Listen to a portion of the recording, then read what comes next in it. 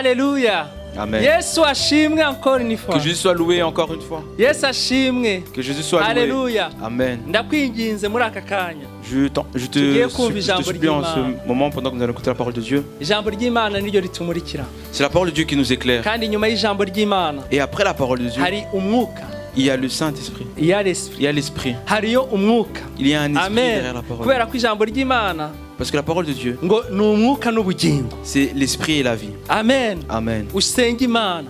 Prie le Seigneur Muri uyu mwanya pendant ce tugiye moment kumva ijambo ryayo où nous allons écouter sa parole, rikugirira akamaro. qu'elle puisse avoir de l'importance pour toi. Usenge uri kuvuga ngo Mana Prie en disant Seigneur, ngo ubwo ugenderera abandi pendant que tu visites les autres, nanjye ntusige. moi aussi ne me laisse pas. Amen. Visite-moi. Haleluya. Amen. Witegure kwakira ijambo ry'Imana. Apprête-toi à recevoir la parole de Dieu. Nihagera taxi iza kugutwara S'il y a un taxi qui vient pour t'emmener, uyangire. ne le prends pas. Icyo nita taxi ni iki? Ce que j'appelle taxi, c'est quoi? Ni cya gihe wicaye hano C'est quand tu es assis turi kumva ijambo en train ry'Imana d'écouter la parole de Dieu Satani akagutwara et Satan t'emmène. ukajya kwibuka inkoko wasize muri Tu te rappelles mu du ifu poulet que tu as laissé dans le four. ukavuga ngo ariko uziko nibagiwe gutya ariko dis, se nazimije ipasi J'ai oublié ça. Ah, est-ce que j'ai Ese branché le nafunze. frère passé? ibyo bitekerezo ndabihagaritse mu izina rya Ces Yesu pensées, je les arrête au kugira nom ngo de ijambo Jésus. ry'Imana rikugirire akamaro. Pour que la parole de Dieu puisse Haleluya. avoir de Reka l'importance. dusome ijambo ry'Imana riri muri Yesaya Nous allons lire la parole de Dieu ibice justement en Ésaïe, 40 au chapitre umurongo wa 40, 27 kugera kwa 31 du verset 27 Yesaya. au verset 31. Ésaïe, umuhanuzi Yesaya le prophète Ésaïe, umuhanuzi mukuru Yesaya le grand prophète Ésaïe. ntabwo ari mukuru kubera ko yahanuye kurusha abandi Il n'est pas grand parce qu'il a prophétisé plus que les autres, ahubwo gusa niko yahanuye byinshi. mais c'est parce qu'il a beaucoup iyo prophétisé. wumvishe bavuga ngo hari abahanuzi bakuru Quand tu entends qu'il y a les grands ngo hariho prophètes n'abahanuzi bato et les petits prophètes, ntukibwire ngo ni uko ngo Imana yabarutishije abandi. ne te dis pas que c'est parce que Dieu les a mis oya au-dessus des ni autres. ukuvuga gusa ko we yahanuye ibintu Non, byinshi ça veut juste dire que lui ubundi a agahanura eu plus bikeya de prophéties nka Yoweri et comme Joël il a yahanuye eu bikeya moins de prophéties. ariko Yesaya Mais Ésaïe, yahanuye byinshi. il a eu beaucoup de prophéties. Yeremiya Jérémie, mbega ubuhanuzi. il a Amen. prophétisé beaucoup. Haleluya. Amen. Ku murongo wa 27 Au verset 27 ye kugera kuri 31 jusqu'au 31. yewe Yakobo Isiraheli ni iki gituma wiganyira ukavuga uti Uwiteka ntareba inzira zanjye kandi ibyanjye Imana yanjye irabyirengagiza? Mbese ntiwari wabimenya?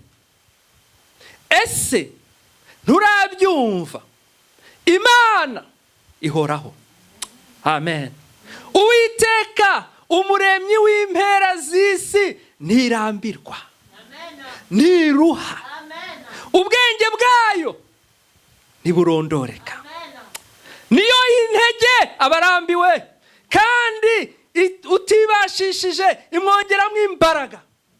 ngo abasore b'imigenda bazacogora baruhe n'abasore bazagwa rwose, ariko abategereza Uwiteka bazasubizwamo intege nshya. Bazatumbagira mu kirere bagurukishe amababa nk'ibisiga, bazirukanka be kunanirwa. Haleluya, haleluya. Bazagenda be gucogora. Amen. Amen. Ésaïe 40, verset 27 à 31. Yes, yes. Pourquoi dis-tu Jacob? Pourquoi dis-tu Israël? Ma destinée est cachée devant l'Éternel. Mon droit passe inaperçu devant mon Dieu. Ne le sais-tu pas? Ne l'as-tu pas appris? C'est le Dieu d'éternité, l'Éternel, qui a créé les extrémités de la terre. Il ne se fatigue point, il ne se lasse point. On ne peut sonder son intelligence. Il donne de la force à celui qui est fatigué et il augmente la vigueur de celui qui tombe en défaillance. Les adolescents se fatiguent et se lassent et les jeunes hommes chancellent. Mais ceux qui se confient en l'Éternel renouvellent leur force. Ils prennent leur envol comme les aigles. Ils courent et ne se lassent point. Ils marchent et ne se fatiguent point. Amen. Amen. Amen. Interuro cyangwa umutwe w'icyigisho cy'uyu munsi. Le thème d'aujourd'hui, Ibibazo urimo. les problèmes dans lesquels tu te trouves. Yesu arakubona arabizi. Jésus te voit et il les connaît. Kandi yiteguye kugutabara. Et il s'apprête à te secourir. Nkuko mubizi Comme vous le savez, cyangwa n'abatari babizi. ou ceux qui ne le savaient pas, Turi mu mwaka wo gutabarwa n'Imana. nous sommes dans l'année où le thème c'est être secouru par Dieu. Ndizera yuko mwagiye mwumva inyigisho twagiye twohereza kuri YouTube. J'espère que vous avez suivi les enseignements qu'on a mis sur YouTube. Twagiye dusobanura, twasobanuye neza intego y'uyu mwaka. Nous avons bien exprimé le thème de cette année. Twavuze naho yaturutse. Nous avons aussi expliqué d'où il venait. nababwiye ko igihe nari ndi mu masengesho Je vous ai dit que lorsque j'étais en prière, turimo turangiza umwaka quand nous terminions l'année, nabonye ndi mu kintu kimeze nk'icyobo je me suis vu comme dans un trou. ariko nsa n'ugiye kukijyamo ariko ntarakijyamo wese. Et j'étais en train de m'enfoncer, mais je n'étais pas encore complètement dans le trou. ngiye kubona mbona haje abagabo Et j'ai vu des hommes, baraza bihuta ils sont venus ntabwo bagenderaga promptement. hasi ils ne marchaient pas sur terre Ils ne marchaient pas sur la terre. baranterura gutya bankuramo Ils m'ont pris et ils m'ont sorti de ce trou. mpita nsobanukirwa ko ari umwaka wo gutabarwa n'Imana. Et j'ai compris que Amen. c'était l'année pour être ni secouru par umwaka wo Dieu. gutabarwa C'est n'Imana. une année pour être secouru par ni Dieu. umwaka wo gutabarwa C'est une n'Imana. année pour être secouru par subiramo Dieu. ngo ni umwaka wo gutabarwa Répète n'Imana. avec moi, c'est une année pour être secouru uyu par ni Dieu. umwaka Imana Cette yiteguye année, kugutabara. C'est une année où Dieu bamwe s'apprête à te bamaze secourir. gutabarwa Certains ont déjà été abandi secourus. bari gutabarwa les autres sont en train Les de autres sont en train de se secourir. kandi abandi barakomeza gutabarwa Et les autres encore seront secourus. kuko iyabivuze ntabwo ibeshya. Parce que celui qui l'a dit ne ment pas. rero bene data Alors frères bavandimwe et sœurs, hari igihe ugera mu gihe cyangwa muri situation tu peux te trouver dans une situation ukagira ngo Imana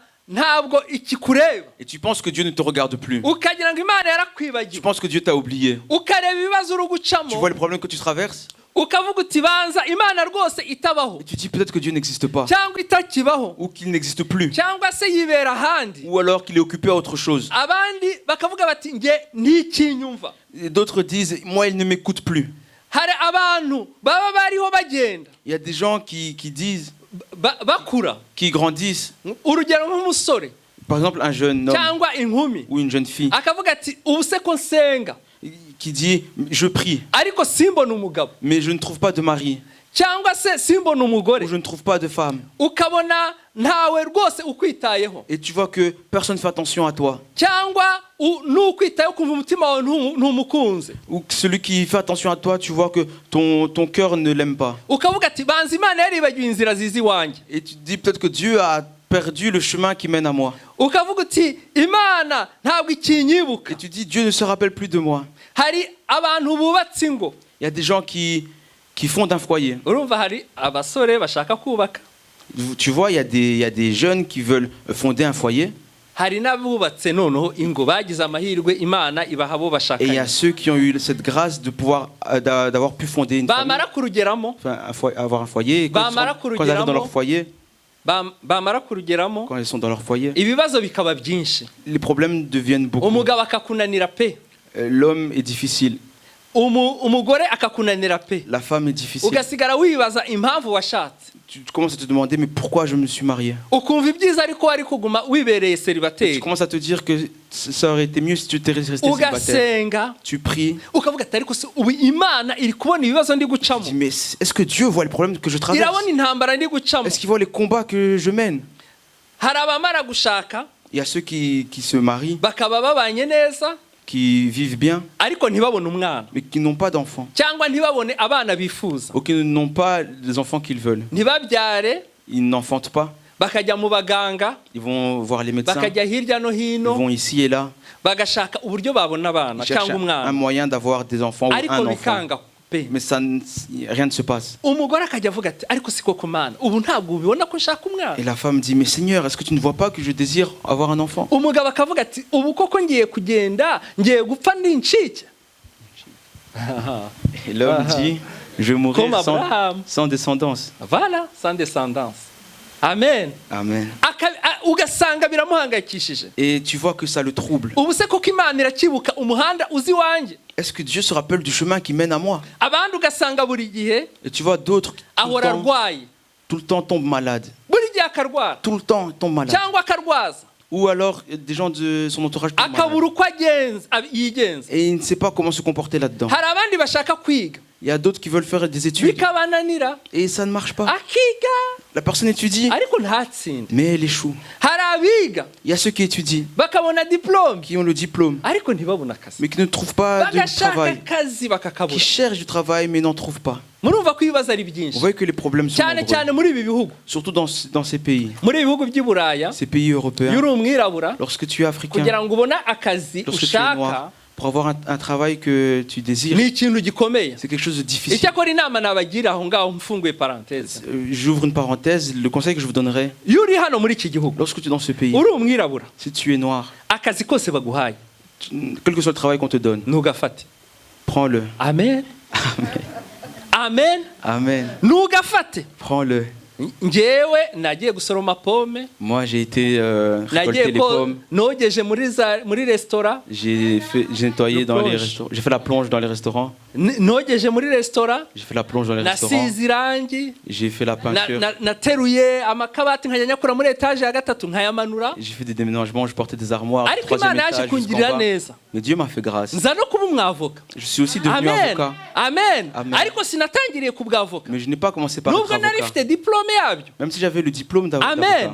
Haleluya. Amen. Rero akazi baguhaye kose Alors le travail qu'on te donne, ntugafate. prends-le. Intangiriro ni ntoya, Le commencement est petit, ariko uzageraho Imana igushyire hejuru. mais tu verras Amen. un moment où Hallelujah. Dieu va t'élever. Haleluya. Amen. Hari rero ababona akazi, ababona diplome ntibabona Alors, il y a akazi. ceux qui sont diplômés mais qui ne trouvent pas de travail. Hari n'ababona akazi Il y en a noneho, d'autres qui trouvent du travail. ariko abakoresha bakababera babi.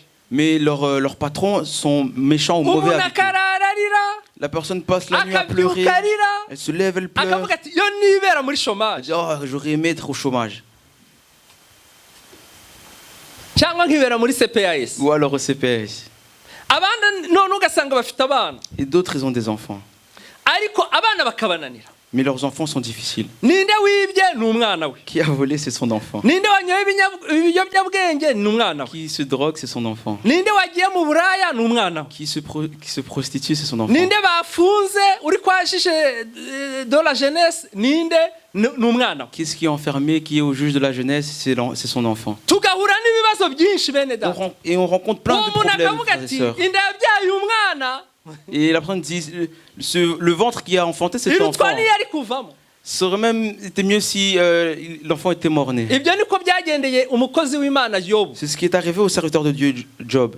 Yobu Job, umunsi umwe un jour, yari yibereye iwe, il était chez lui. yari afite amafaranga. Il avait de l'argent. Yobu yari umukire. Job était riche. Umunsi umwe Un jour, agiye kubona abona umukozi waraje, il a vu son serviteur venir. araza aramubwira ati Et il lui a dit, abasheba lesabeya les Sabéens, banyaze amapfizi n'indogobe byawe byose.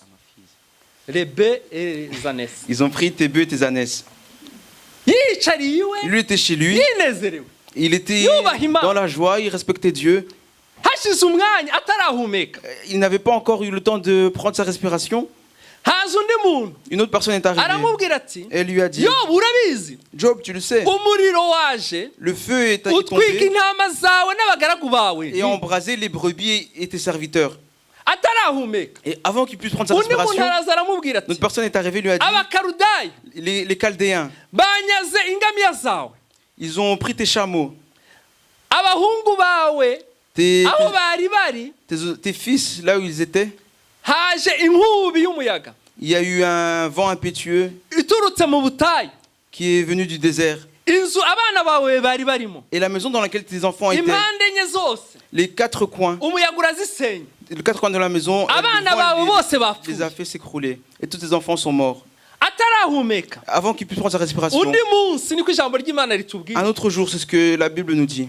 agiye kubona Il a vu. abona ku mubiri we hajeho ibishute Il a vu sur son corps, il y avait plein d'ulcères malins, bibi cyane, mauvais. akishimagura wapi. Et il se grattait, mais ça restait Umugore là. we aramubwira Et ati sa femme lui a dit, ororororo. oh là là là là.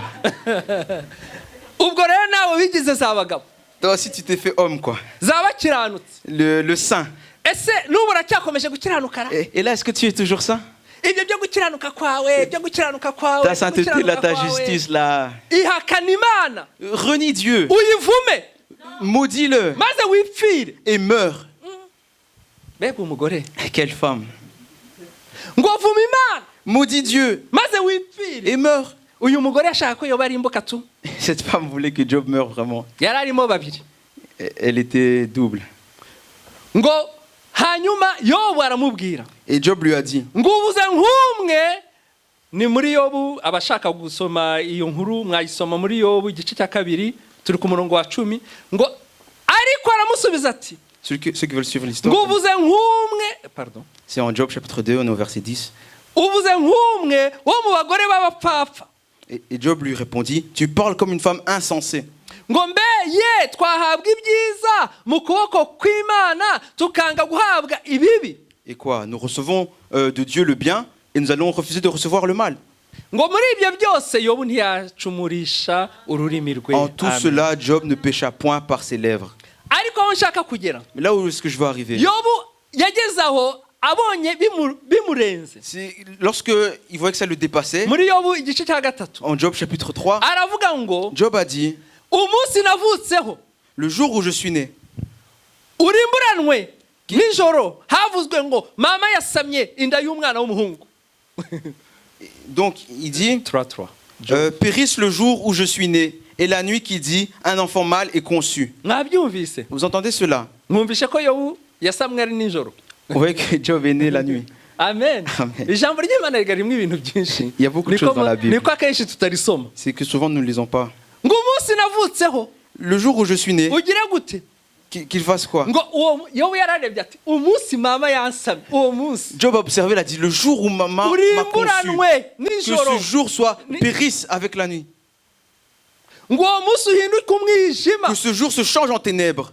urumva iyo umuntu ababaye Tu vois, quand quelqu'un est blessé, ngo Imana iri hejuru yo Imana iri hejuru le Dieu qui est aux cieux, ye kuwitaho qu'il n'en ait point garde.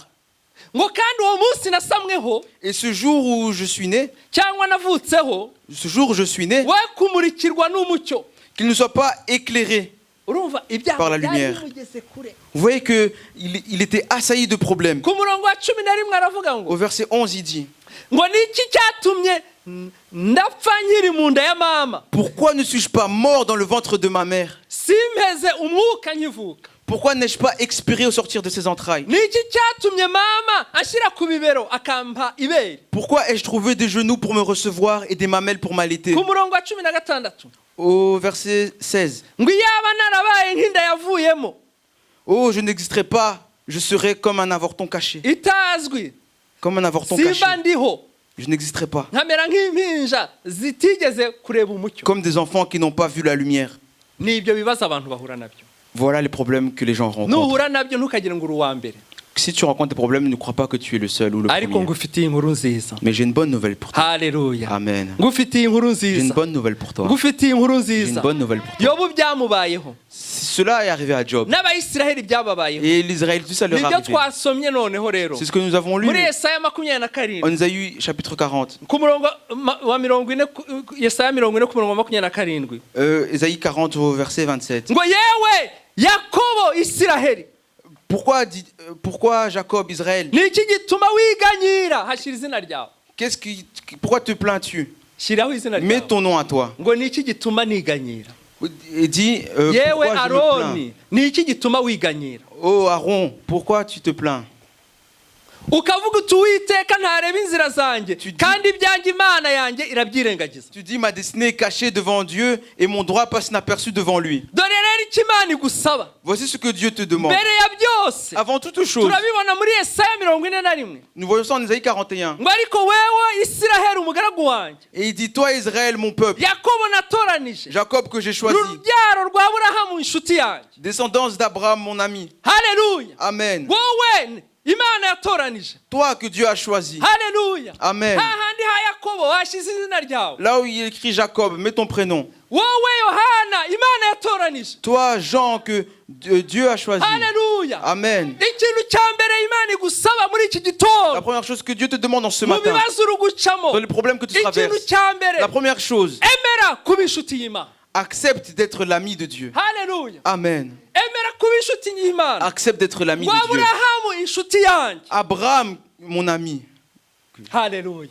Amen. niwemere Accepte. fata icyemezo cyo kuba inshuti y'Imana muri Fais iki le gitondo. choix d'être l'ami de Dieu en ce uvuge ngo matin. uhereye none Et dis à partir d'aujourd'hui, yewe Aroni moi Aaron, nemeye kuba inshuti y'Imana. j'accepte de devenir l'ami de Dieu. haleluya. Amen. nubyemere Accepte-le. yemerera Imana Accepte-le. ngo nubwo ndi umunyantege nke Même si je suis faible, nemeye kuba inshuti yawe. J'accepte d'être ton ami. Haleluya. Amen. maze ujye uririmba Et chante. iyi ndirimbo ya 74 mu gushimisha. Le chant numéro 74. Nge mfite umukiza Première partie. byumvugira ku Mana. Moi, j'ai un sauveur qui parle pour moi devant Dieu. Sinkizo mu isi. C'est un ami qui ne t'abandonne pas comme ceux de la terre. Iteka arandinda kankingira n'ibyago. Il me garde tout le temps, il me protège des soucis. Icyamuwaka bumukiza wawe. J'aimerais tellement qu'il soit également ton Nge sauveur. ninginga Imana ngikwereke Yesu. Je prie Dieu qu'il puisse te montrer Jésus. Umwakire nawe niko ngusabira. Pour que tu puisses l'accueillir toi aussi. C'est ce que Emera je kuba demande inshuti pour toi. y'Imana. Amen. Accepte d'être l'ami de Dieu. Nuba inshuti y'Imana, Si tu es l'ami de Dieu, Yesu Jésus, azajya kuvuganira. il parlera pour toi. Haleluya. Amen. Nuba inshuti y'Imana, Si tu es l'ami de Dieu, Yesu azajya kurwanirira. Jésus combattra pour toi. Aburahamu Abraham, yari inshuti il y'Imana. était l'ami de Dieu. Imana iramurwanira. Et Dieu a combattu pour lui. Imuha umwana. Il lui a donné un enfant. Agiye no kumutamba, Et lorsqu'il allait le sacrifier, Imana iramurwanirira. Dieu a combattu pour Imuha lui. intama Il lui a donné une mu brebis mwanya w'umwana we. à la place de son enfant. Imana iramurwanirira. Dieu a combattu pour Muri lui. Aburahamu, En Abraham, kubera ko yari inshuti y'Imana, parce qu'il était l'ami de Dieu. haje kuvamo Yakobo, Jacob est né ariwe d'Abraham, Isiraheli. qui est Ubu Israël, ni ubwoko bw'Imana. qui est le peuple de Aba Dieu. ubwoko bw'Imana. Il est devenu le Ubu peuple de ngubu Dieu. hari igihugu Et maintenant, il y a un peuple, il y a un pays kitirirwa, qui a le nom, ndabisubiramo, je vais le répéter, muri iyi si sur cette terre, hari igihugu. il y a un pays, Amen. amen, Muri iyi si sur cette terre, hari igihugu il y a un pays kitirirwa qui a le nom umwuzukuru du petit-fils wa Aburahamu, d'Abraham. kubera ko Parce que Aburahamu Abraham yari inshuti y'Imana. était l'ami de Dieu. Haleluya. Amen. Kubera ko yari inshuti Parce qu'il y'Imana. était l'ami de Dieu. Haleluya. Amen. Aburahamu Abraham, ubu ngubu nkubwira, je parle de maintenant. Imana ivuga ko ari sekuruza w'abizera. Dieu dit qu'il est le père de ceux qui ont la foi. Amen. Amen. Kubera ko Parce que yari inshuti y'Imana. il était l'ami de Dieu. Fata icyemezo cyo kuvuga ngo uyu munsi Fais le choix de dire aujourd'hui, Mana Dieu, mbaye inshuti yawe. je suis ton ami. Haleluya. Amen. Inshuti y'Imana, Un ami de Dieu. Imana iyibwira byose. Dieu lui dit tout. Inshuti y'Imana Un ami de Dieu. ibwira Imana byose. Et il dit tout à Dieu. Haleluya. Ku murongo wa 9 Au verset 9, ngo wowe nahamagaye Yesaya 41, Ésaïe 41, au verset 9. nkagukura mu mpera z'isi Toi que j'ai pris aux extrémités no de mu la terre imfuruka zayo, et que j'ai appelé du contre la nkakubwira terre, nti à qui j'ai dit, uri umugaragu wanjye tu es mon natoranije, serviteur, je t'ai choisi, sinaguciye. je ne te rejette point. Amen. Amen. Haleluya. Amen. Icya kabiri, Deuxième niba chose, ushaka gutabarwa n'Imana, si tu veux être secouru par Dieu, emera kuba umugaragu w'Imana. accepte d'être son serviteur. Amen. Amen. Umugaragu w'Imana ni ukuvuga ngo ibyo Imana izajya ivuga uzajya ubikora. Le serviteur de Dieu, ça veut dire ce que Dieu va dire, toi tu vas le faire. Ntuzongera kwirebaho. Tu ne vas plus regarder à toi-même. Nikubwira ngo jya à droite, S'il te dit va à droite, ngo jya iburyo, va à droite, uzajye iburyo. va à droite. Nikubwira ngo jya ibumoso, S'il te dit va à gauche, uzajye ibumoso. va à gauche. Amen. Amen.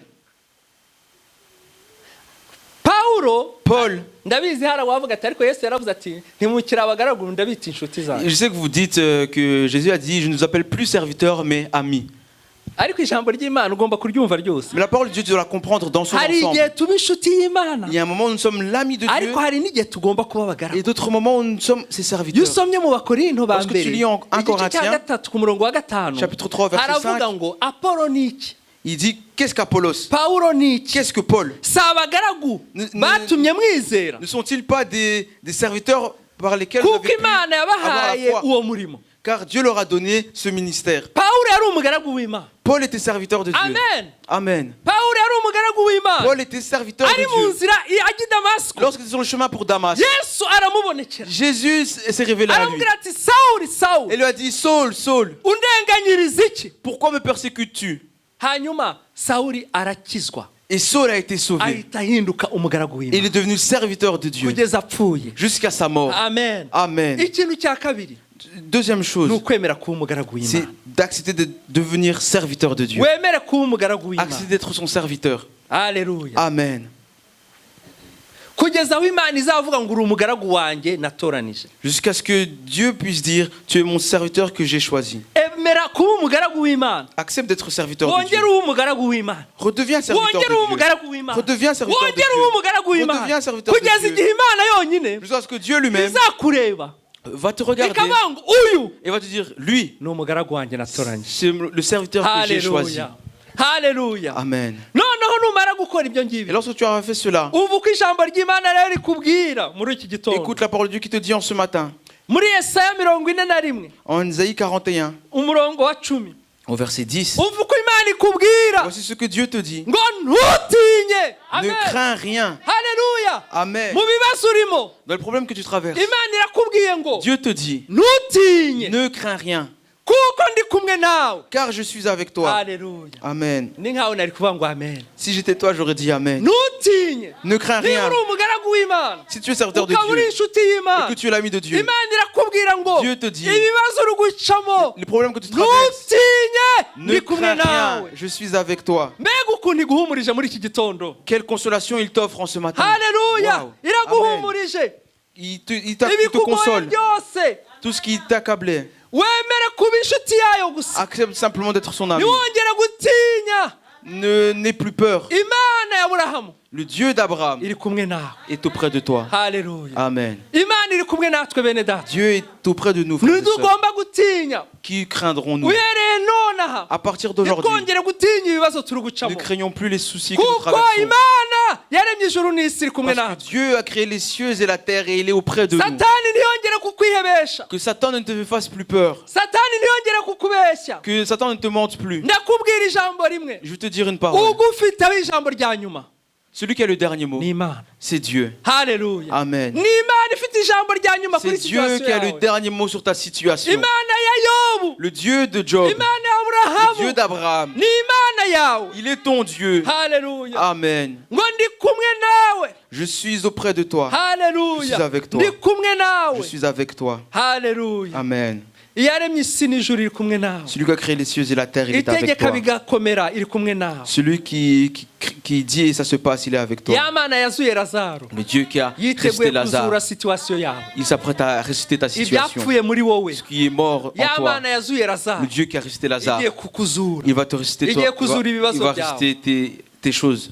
Icya kabiri gusezeranya muri iki gitondo, La deuxième chose qu'il te promet ngo aujourd'hui, nzajya ngukomeza. c'est qu'il dit je te fortifierai. Amen. Amen. Haleluya. Amen. Dufite Imana nziza bene data. Nous avons un Dieu merveilleux. frères et Izajya sœurs. igukomeza. Il va nous fortifier. Igiye kugigukomeza. Il va commencer à te fortifier. Kuko twabisomye. Comme nous l'avons lu. Ngo niyo intege abarambiwe. Il donne de la vigueur à ceux qui Kandi chancellent. utibashije imwongeramo imbaraga. Et ceux qui tombent en défaillance, il leur donne de la force. Abasore b'imigenda, abasore bajya bacogora. Les adolescents se fatiguent et se lassent. Abasore bazagwa rwose. Les jeunes hommes chancellent. Ngo ariko abategereza Uwiteka Mais ceux qui se confient en l'Éternel, bazasubizwamo intege nshya. ils renouvellent leur force. Haleluya. Amen. Niba utegereza Uwiteka, Si tu te confies en igiye l'Éternel, kugushyiramo intege il va te nshya. renouveler tes forces. Haleluya. Amen. Niba wari ufite moteri ishaje, Si tu avais un vieux igiye moteur, gushyiramo moteri nshyashya.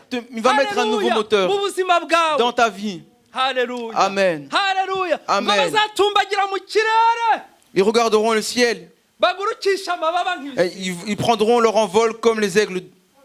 Amen. Amen. Imana igiye kugusubiza, Dieu va te répondre uzajya ugenda nk'udafite amaguru. et tu vas aller comme quelqu'un qui n'a Amen. qui n'a pas de Haleluya. jambes. Ugiye kumera. Quelqu'un qui vole. Abanyarwanda uwo mugani bawuciye ahatariho kabisa. Ugiye kumera amababa ariko ari Imana ari Imana itumye amera. Amen. Tu vas t'envoler. Amen. Tu vas voler avec tes ailes et c'est Dieu qui aura Imana fait igiye pousser ses ailes. kugusubiza, Dieu va te répondre uzajya ugenda amaguru adakora hasi. et Haleluya. tu t'avanceras sans que tes pieds touchent le Ngo sol. bazatumbagira mu kirere.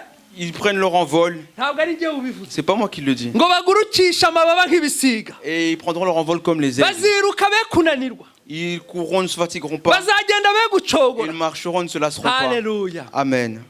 Ese iyo Mana ntabwo twayikomera amashyi bene Ce data. Dieu, ne pouvons pas l'acclamer. Haleluya. Haleluya.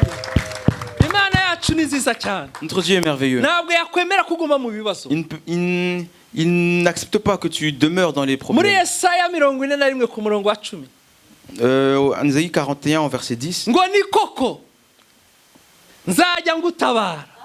Haleluya. il dit, je te secourrai Kandi nzajya nkuramiza ukuboko kw'iburyo et je te soutiendrai de ma ariko droite gukiranuka triomphante. kwanjye. Je te soutiendrai de ma droite triomphante. Imana ifashe ikindi cyemezo, Dieu prend une autre décision. izajya igutabara. Il te secourra. Amen. Amen. Iryo jambo Cette ibyo parole- navuze byose nushaka kubyibagirwa Si tu veux, oublie même tout ce que j'ai dit. utahana iryo ngiryo. Mais garde cette parole. Imana Dieu, muri iki gitondo en ce matin, ifashe icyemezo cyo kuzajya igutabara. il prend la décision de te Amen. secourir. Ngo ni koko nzajya ngutabara Certainement, je te secourrai kandi ngo nzajya nkuramiza ukuboko kwanjye kw'iburyo et je te soutiendrai de ma droite, ariko gukiranuka ma kwanjye. droite triomphante. Haleluya. Amen. Igihe uzajya uterwa Lorsque tu seras attaqué, izajya izigutabara. il viendra te secourir. Haleluya. Amen. Uyu ni umwaka wo gutabarwa n'Imana. C'est l'année pour être secouru par Dieu. Haleluya. Amen. Niba mu bibazo ufite rero Si dans les problèmes que tu traverses alors, harimo abantu babifitemo uruhare, il y a des gens qui sont impliqués là-dedans. ndabasabiye Et je prie pour eux. dore uko ijambo ry'Imana rivuga Voici ce que la parole muri dit. Yesaya 41 ku murongo wa 11.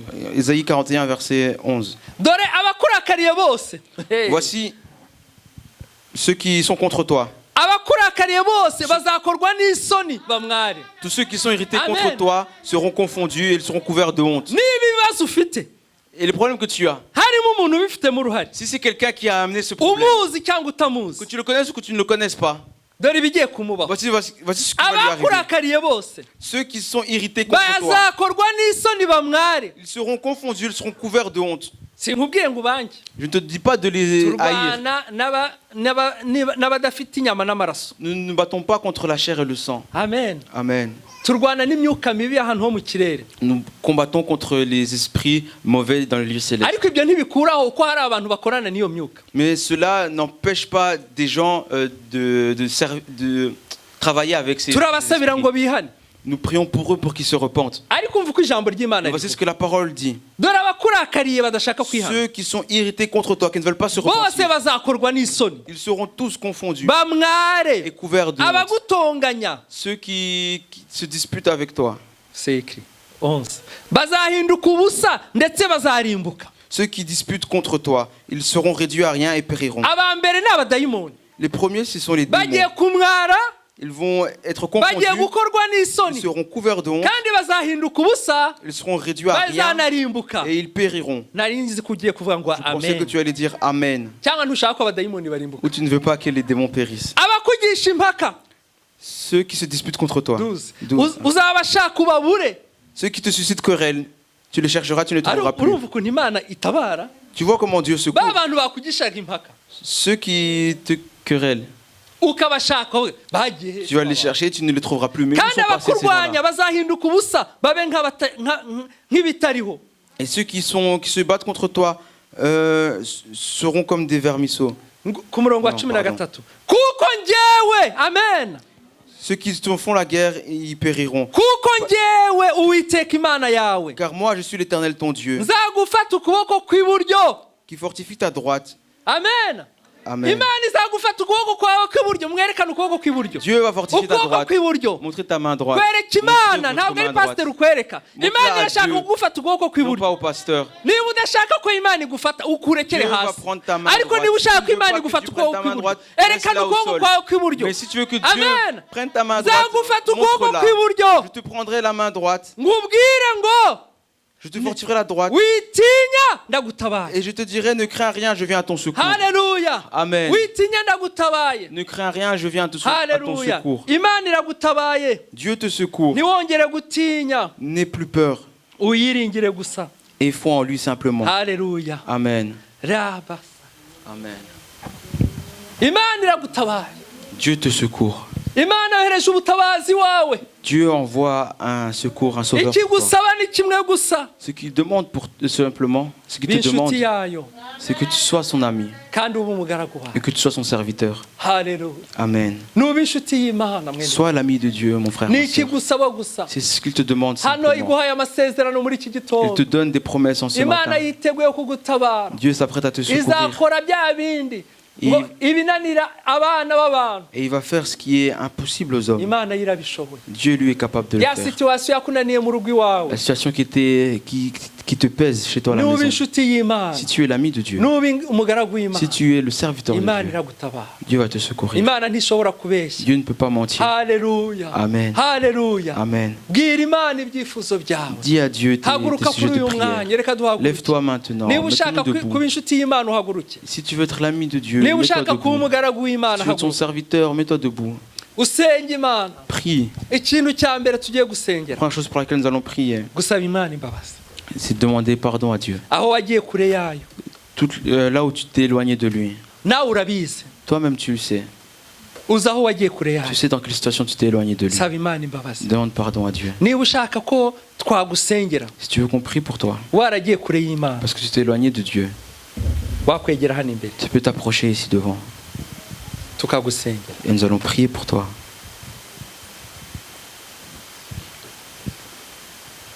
Purifie mon cœur, rends-moi aussi pur. Ntugire isoni N'aie pas honte. niba waragiye kure y'Imana, Si tu t'es éloigné de Dieu, niwegera hano hino tugusengere.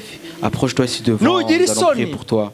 Si tu as honte, Imana nayo izagira isoni, Yesu azagira isoni zo kuguhamiriza Jésus imbere aussi y'Imana, aura honte de te déclarer devant Dieu. kandi kuza hano imbere kwawe Et le fait de t'approcher ici devant, kuradetermina gutabarwa kwawe. ça va déterminer le secours que tu vas recevoir. Wagiye kure y'Imana nawe urabizi. Toi, si tu t'éloignes de Dieu, tu le sais. Ntabwo mu by'ukuri, En vérité, ntabwo njye nari nateganije guhamagara bihana, moi, je n'avais pas prévu d'appeler ceux qui se repentent. ntabwo nari nabiteganije, Je n'ai pas prévu cela. ariko umwuka wera numvisha mpata Mais j'ai guhamagara. senti le Saint-Esprit me hâter de dire aux gens de ça. Ngwino rero hano imbere Alors approche-toi kugira ngo tugusengere. pour que nous prions Ntabwo ari pour toi. ukuvuga ko twebwe turabera kukurusha, Ça ne veut pas dire que nous sommes plus saints que toi. ariko ni ukugira ngo uhabwe imbaraga zo Mais kunesha que tu icyaha. puisses recevoir la force de vaincre le péché. Fais du fondeur, je n'ai qu'un désir, être saint. Ndacyagutegereje. Je t'attends encore. Être saint, mis à part pour toi, Seigneur. Oui, j'ai choisi d'être saint, mis à part pour toi, mon seul maître, et prêt à t'obéir. Niba witeguye kubaha Imana, Si tu es prêt à obéir à Dieu, wegere hano imbere, avance-toi devant utunganye ikibazo cyawe. et mets-toi en ordre. Turagutegereje. Nous t'attendons. Fais du fondeur, je n'ai qu'un désir, être saint, Être saint, être saint, être saint. mis à part pour toi, Seigneur. Oui, j'ai choisi être saint, d'être saint, mis à part pour toi, mon seul maître, et prêt à t'obéir. Ntabwo ngiye kubabeshya, Je ne vais pas vous mentir. iyo ndirimbye iyi ndirimbo Lorsque je chante ce chant, mba numva nanjye najya imbere ngapfukama. je sens que j'aimerais moi aussi me mettre devant et m'agenouiller. Iyo ndirimbye iyi ndirimbo Lorsque je chante ce chant, ngo kuba mise à part, d'être mis à part, numva najya imbere ngapfukama. j'aimerais aussi aller devant Être saint. et me mettre à genoux. Être saint, Être saint, être saint, être saint. être saint.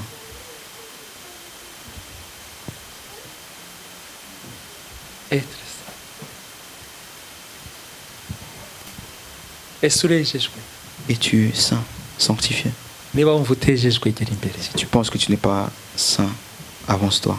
Être saint, être saint, mis à part pour toi, Seigneur. Oui, j'ai choisi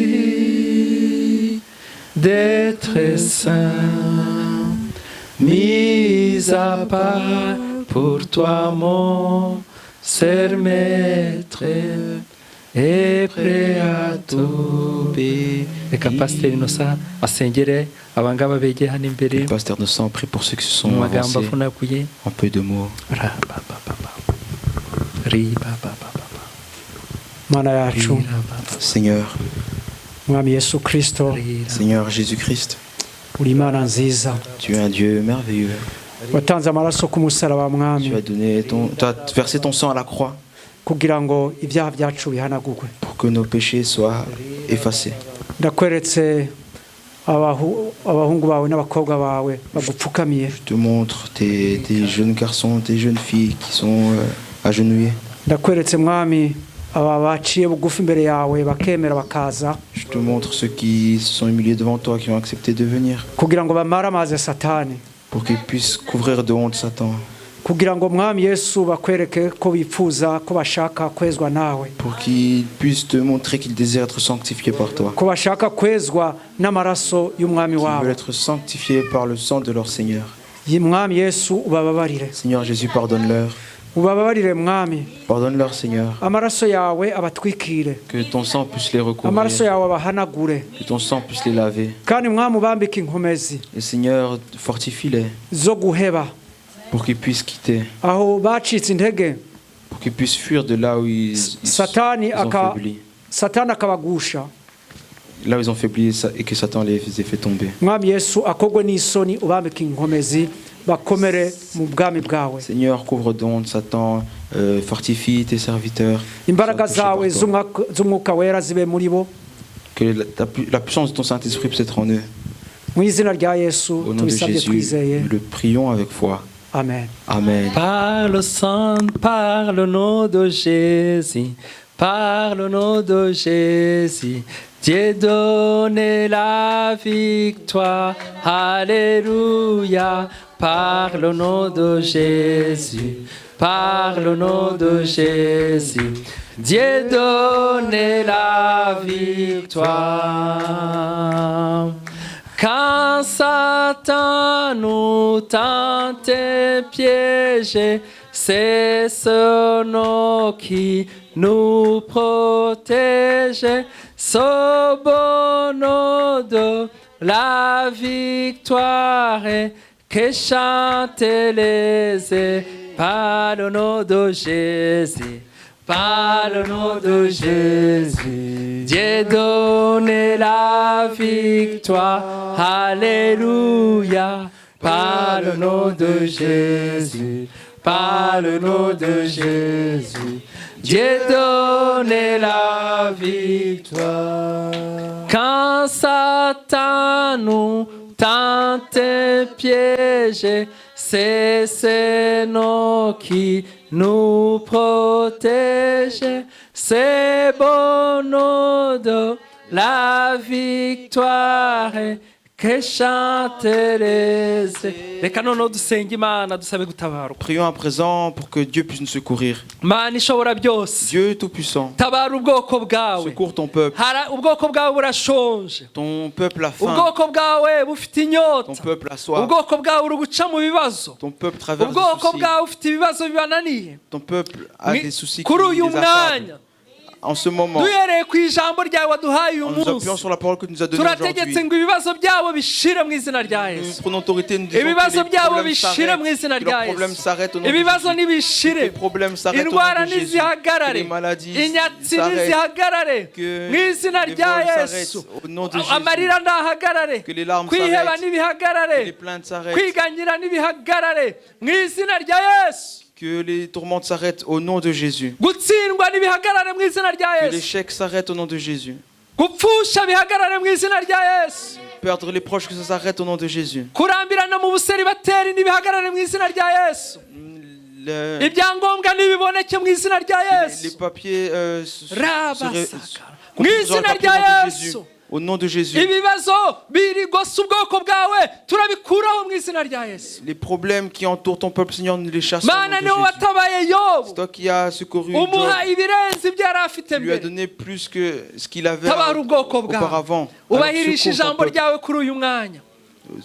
Tu leur as donné ta parole en ce moment. Ijambo ryawe nuryubahirisha, glorifie ta parole, Glorifie ta Seigneur. parole. Uryubahirisha ijambo ryawe kuri uyu Glorifie mwanya. ta parole en ce moment. Ubahirisha ijambo ryawe mu ngo zacu, Glorifie ta parole dans nos maisons, mu kazi kacu, pendant notre mu sur notre mashuri travail, yacu. à nos écoles. Yesu niwigaragaze. Seigneur, montre-toi. Icyubahiro n'ikibi cyawe. Que la gloire t'appartienne. Turagukomeye amashyi, Nous t'acclamons. turagukomeye amashyi, T'acclamons. turagukomeye amashyi kuko urabikwiriye, Parce que tu en es digne. turagukomeye amashyi ko wumvishe gusenga kwacu. T'acclamons parce que tu entends nos prières. Mwami Yesu turagushimiye Seigneur Dieu, nous te louons kuri uyu munsi wa mbere pour ce premier jour twateraniye mu nzu yawe où nous sommes réunis dans ta maison. nyuma y'igihe kinini.